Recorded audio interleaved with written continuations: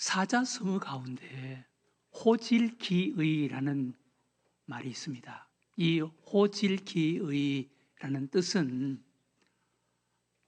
사람이 병이 있는데 그 병을 의사에게 보이거나 말하지 않아서 숨겨서 오히려 그 병을 악화시킨다라는 그런 의미로 자신에게 허물과 죄가 있는데도 불구하고 그것을 묻고 오히려 다른 사람들의 허물과 죄를 들춰내고 지적하고 정죄하는 사람을 의미합니다.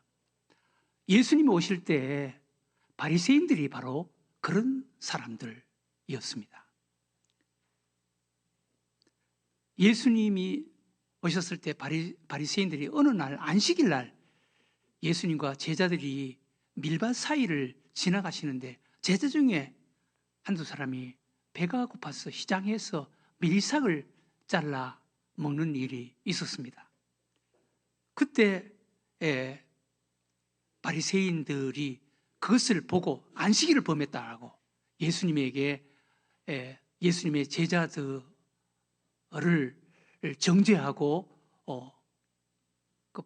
비판하는 이런 사건, 그때 예수님께서 바리새인들을 교훈하는 사건입니다.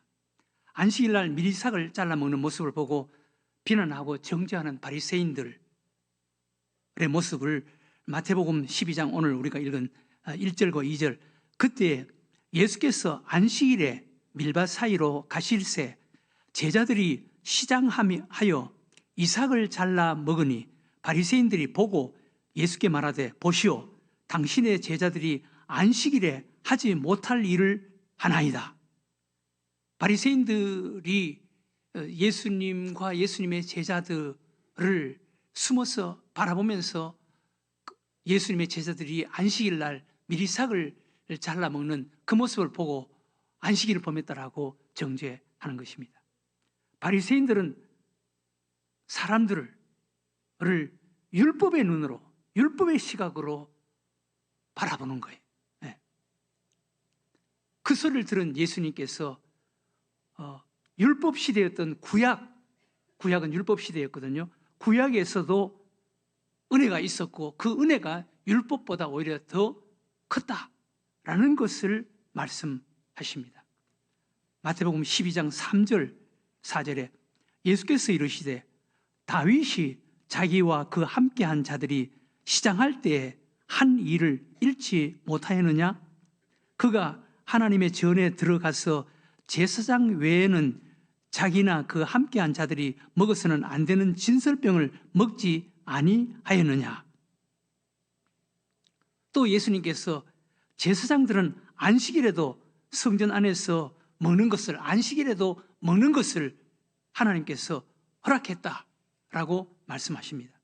마태복음 12장 5절에 또 안식일에 제사장들이 성전 안에서 안식을 범하여도 죄가 없음을 너희가 잃지 못하였느냐?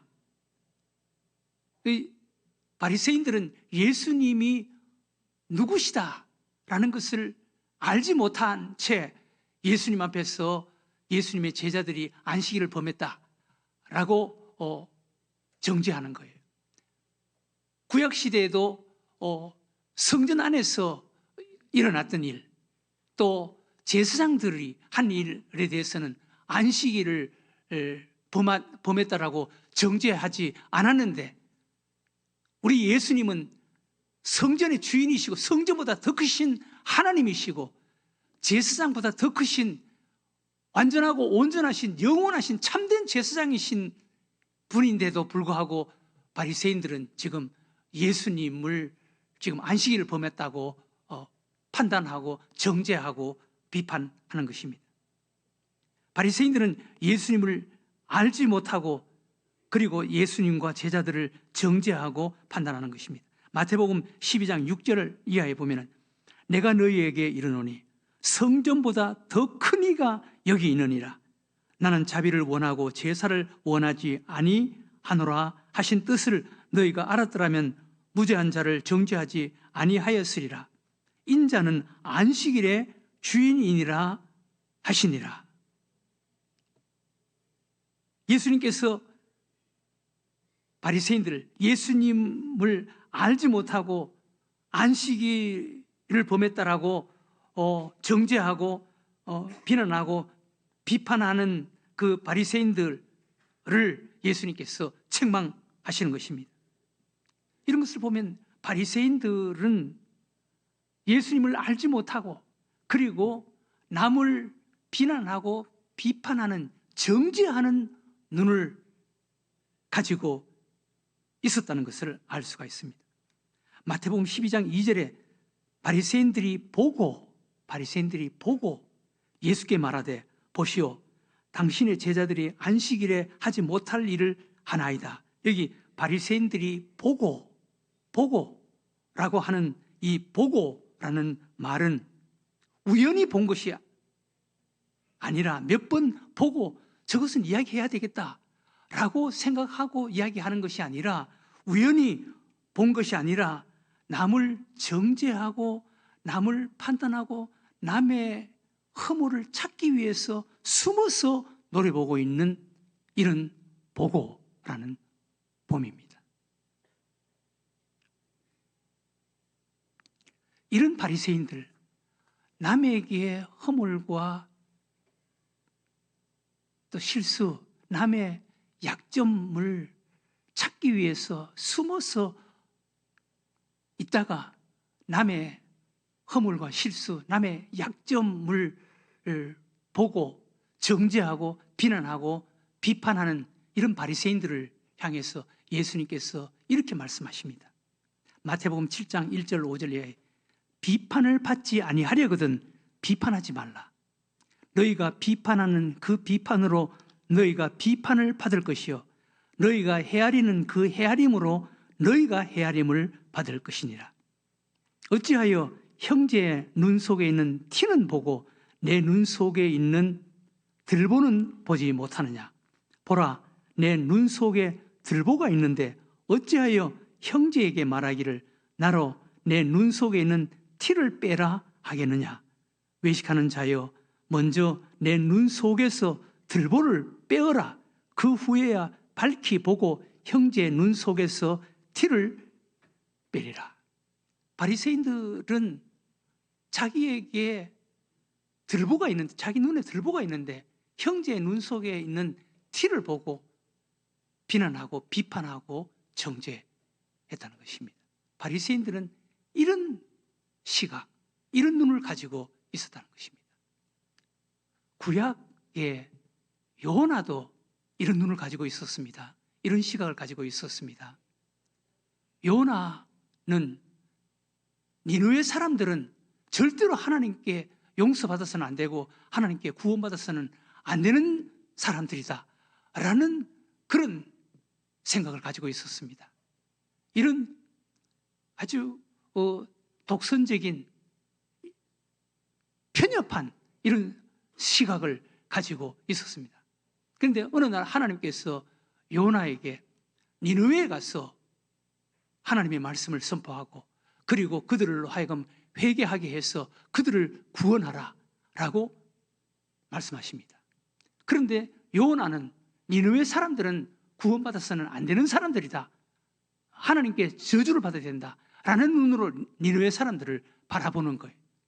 그래서 니느웨로 가지 않고 다시스로 가는 배를 탑니다.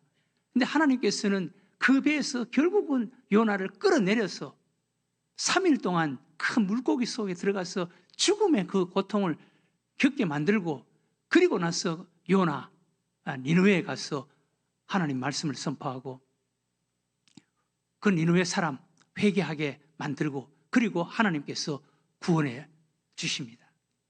그럼에도 불구하고 요나는 마음속에 불만을 가지고 있는 거예요. 그 니느웨 사람은 하나님께 구원받아서는 안 되는 인간들이다, 그렇게 생각하는 거예요. 그런데 하나님께서 니느웨 사람들을 생각하시는 하나님의 말씀을 한번 보세요. 요나서 4장 10절에서 11절에 여호와께서 이르시되 내가 수고도 아니하였고 재배도 아니하였고 하룻밤에 났다가 하룻밤에 말라버린 이 박넝쿨을 아꼈거든.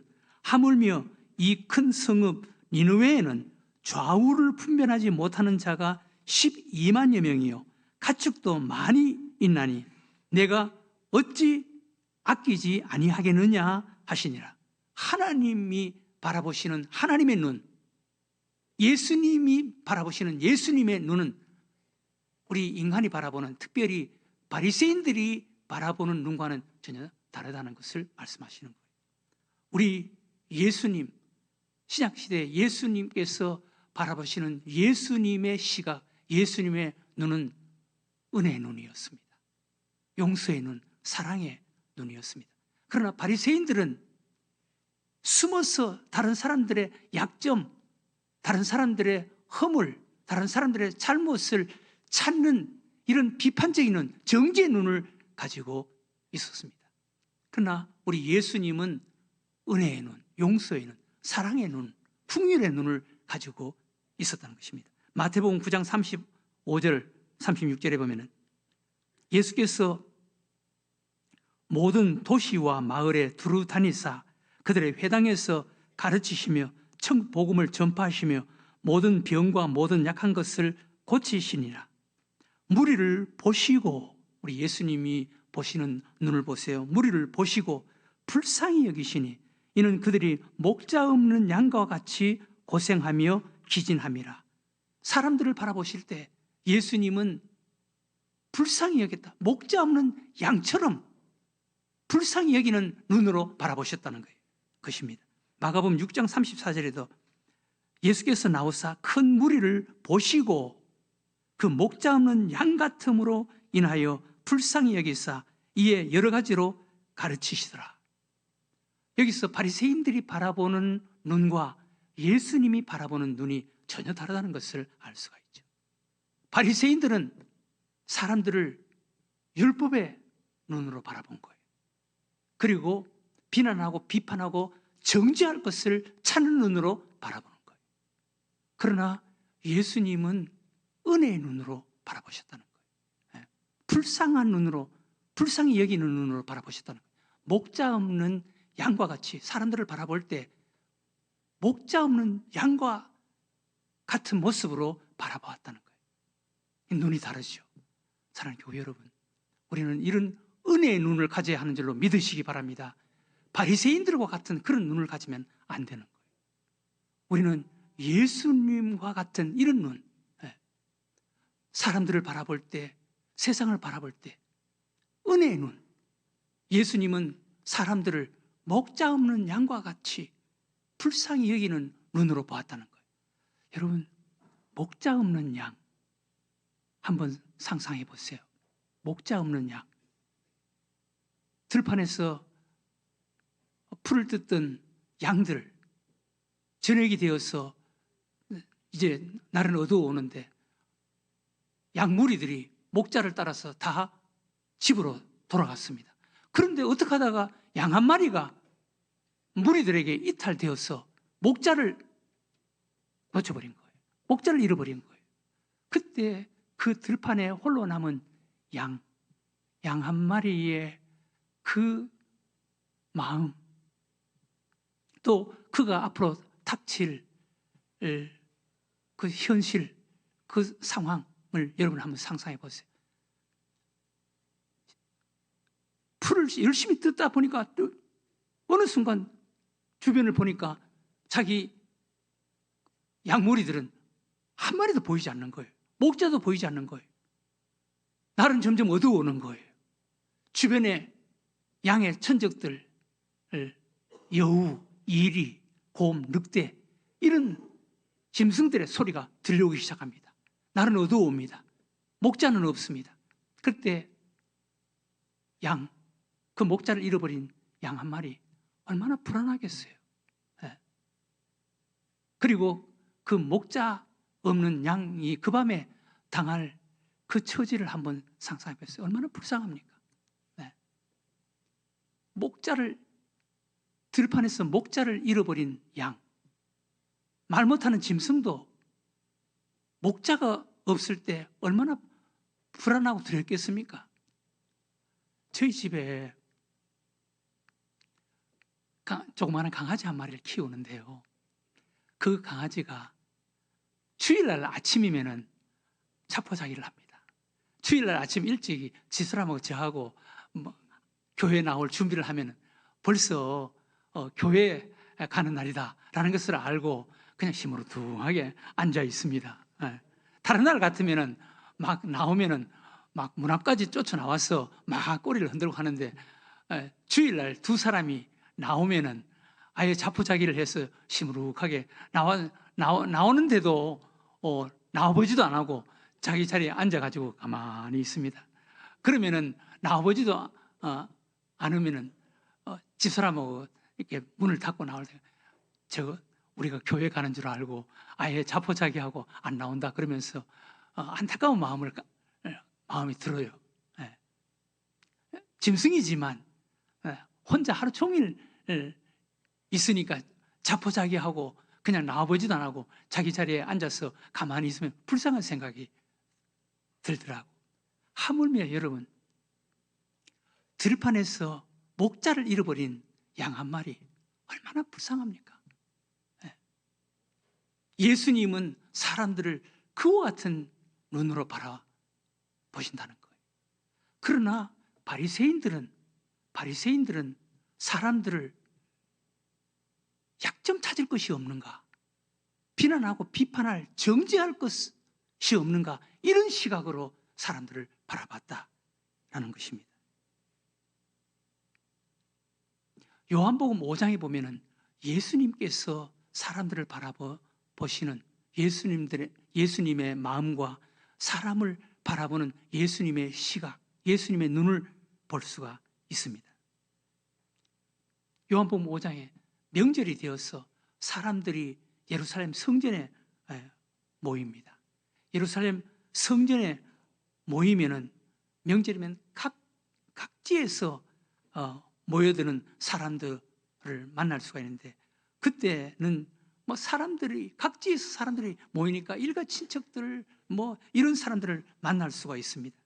어떨 때는 수십만 명 이상이 모인다고 하니까 명절 때, 유월절 이런 명절 때 얼마나 분주하고 요란하겠습니까? 이럴 때는 사람들이 만나서 이야기를 하고 웃고 하는 이런 곳에 사람들이 많이 모이지, 한적하고 외로운 구석지고 그늘진 곳에는 사람들이 잘 찾지 않습니다. 무관심하고 발길이 닿지 않게 되는 것입니다. 그런데 예수님이 찾아가셔서 보시는 예수님의 마음과 예수님의 눈을 한번 보세요. 예수님께서는 오히려 예루살렘 성전 안이나 광장 같은 사람들이 많이 모이고 분주하고 요란한 막 웃고 떠드는 이런 곳에 예수님의 시선이 가시지 않고 소외당한, 한적한, 정말 병들어 있는 사람들이 모여 있는 베데스다 연못가, 거기에 예수님께서 찾아가시는 것입니다. 그리고 예수님께서 그곳에 찾아가셔서 그들을 바라보시고, 그리고 거기서 가장 오래된 환자, 38년 된 환자, 예수님의 눈에 그 환자가 들어오는 거예요. 그리고 그 환자에게 예수님께서 찾아가셔서 그를 바라보시는 거예요. 요한복음 5장 5절 이하에 보면 거기 38배 된 병자가 있더라. 예수께서 그 누운 것을 보시고 병이 벌써 오래된 줄 아시고 이르시되 내가 낫고자 하느냐. 예수께서 그 누운 것을 보시고, 예수님은 6월절이 되어서 많은 사람들, 군중들이 모여서 웃고 떠들고 요란하고 하는 그런 곳을 보시지 않고, 예수님은 베데스다 연못가, 정말 병을 고치기 위해서 모여있는 그런 그늘지고 소외된 불쌍한 사람들을 보시고 그리로 찾아가셨고, 그리고 거기서 가장 불쌍해 보이는 38년 된 환자, 그 환자에게 다가가셔서 그를 바라보시는 거예요. 이것이 예수님께서 바라보시는 시각이셨다는 것입니다. 예수님께서 찾아가시고, 예수님이 바라보시고, 그리고 예수님께서 그 베데스다 못가에 모여 있는 그 환자들 가운데서도 가장 불쌍하게 보이는 38년 된 환자를 예수님께서 바라보시고 그를 그 자리에서 고쳐주시는 거예요. 여기 38년 된 환자, 그는 지금까지는 참 고통스럽게 살았습니다. 그런데 오늘 예수님의 눈에 들어왔고 예수님을 만났고 그리고 예수님을 통해서 그 자리에서 병을 고치는 이런 은혜를 체험하는 것을 볼 수가 있는데, 그 환자, 38년 된 환자를 통해서 우리가 배우고 도전받을 수 있는 것은 그 환자 38년 동안, 지금 그 나이가 몇 살인지는 정확하게 모르지만 38년 동안 그럼에도 불구하고 병을 고치겠다라고 하는 그런 소망을 가지고 참고 견디고 인내해온 환자라는 것을 알 수가 있죠. 인내 속에서 오늘 예수님을 만난 거예요.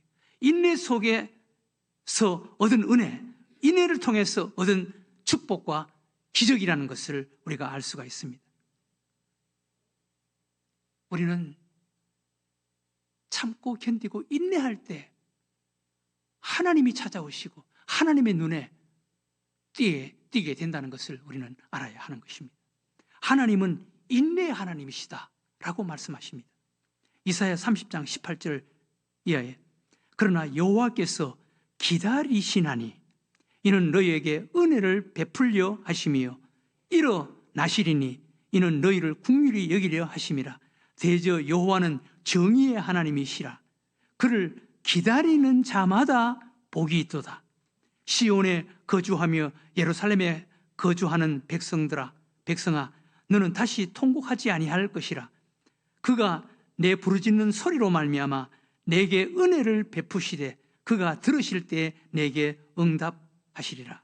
하나님은 인내하시는 하나님이시고 기다리는 자에게 은혜를 베풀어 주시는 하나님이시라는 거예요.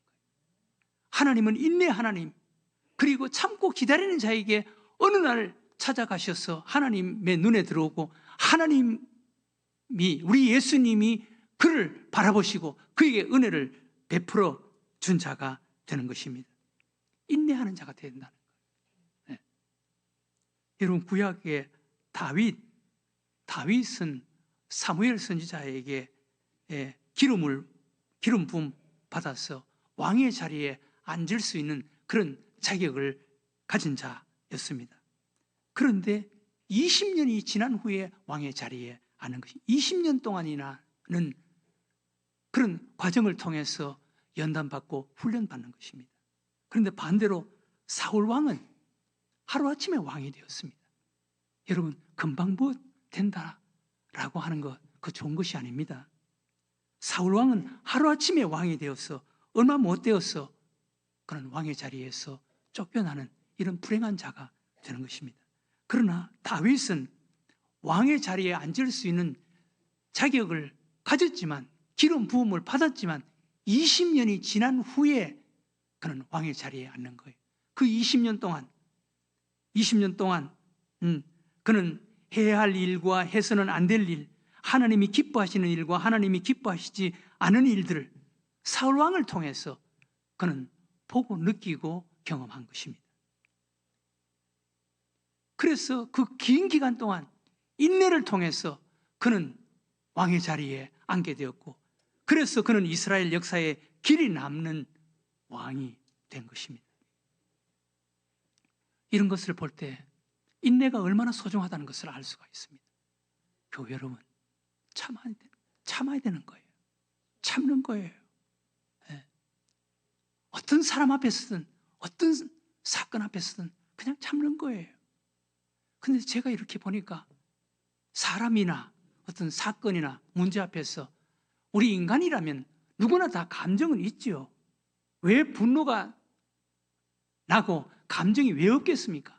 그러나 마음속에 일어나는 분노와 감정, 그것을 컨트롤하고 그것을 다스리는 것이 믿음입니다. 그것을 다스려서 참고 견디고 인내해야 되는 것입니다. 참는 거예요. 참을 때 하나님께서 찾아오시고 하나님의 눈에 들어오시는 줄로 믿으시기 바랍니다. 38년 된 환자 38년 동안이나 참은 거예요. 38년 동안 기다린 거예요.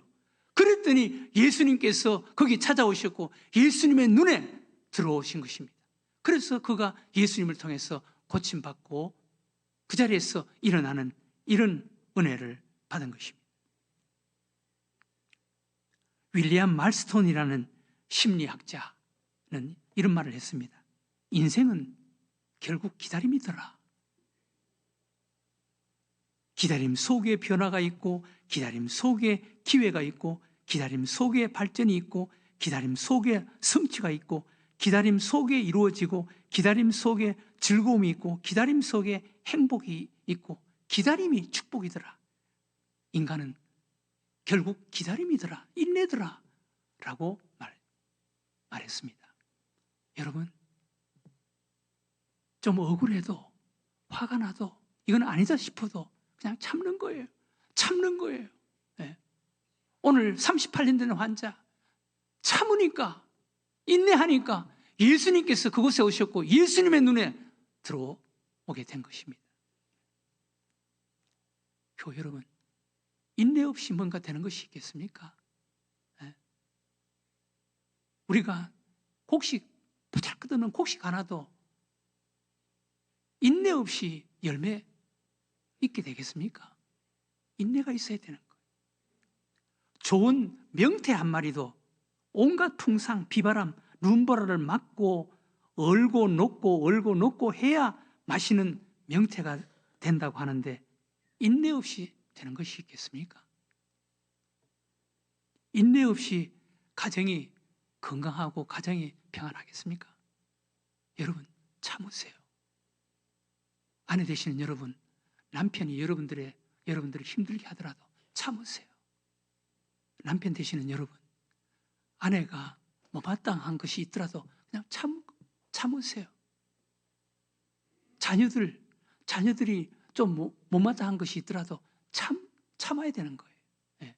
인내할 때 만들어지는 거예요. 인내할 때. 저라고 해서 안 참았겠습니까? 집사람인데. 우리 집사람도 한두 번 참았겠습니까? 참았으니까 지금까지 살아오는 거지. 인내할 때 하나님께서 찾아오시고 하나님의 눈에 띄게 되는 줄로 믿으시기 바랍니다. 누가복음 15장의 탕자의 사건에서 우리 인간의 본질, 그리고 그 인간을 바라보시는 하나님의 시선을 우리들에게 소개합니다.